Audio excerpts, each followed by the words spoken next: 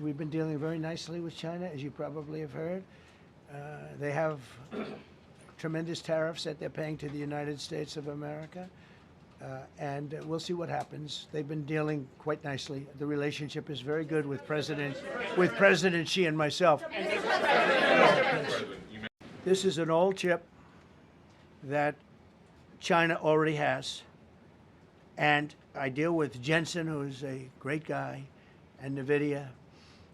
The chip that we're talking about, the H20, it's an old chip. China already has it in a different form, different name, but they have it. Or they have a combination of two will make up for it, and even then some. Now Jensen's a very brilliant guy, and Jensen also has a new chip, the Blackwell. Do you know what the Blackwell is? The Blackwell is super duper advanced. I wouldn't make a deal with that, although it's possible I'd make a deal, a somewhat enhanced in a negative way Blackwell. In other words, take 30% to 50% off of it. But that's the latest and the greatest in the world. Nobody has it. They won't have it for 5 years.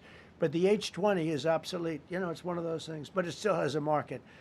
So I said, listen, I want 20%.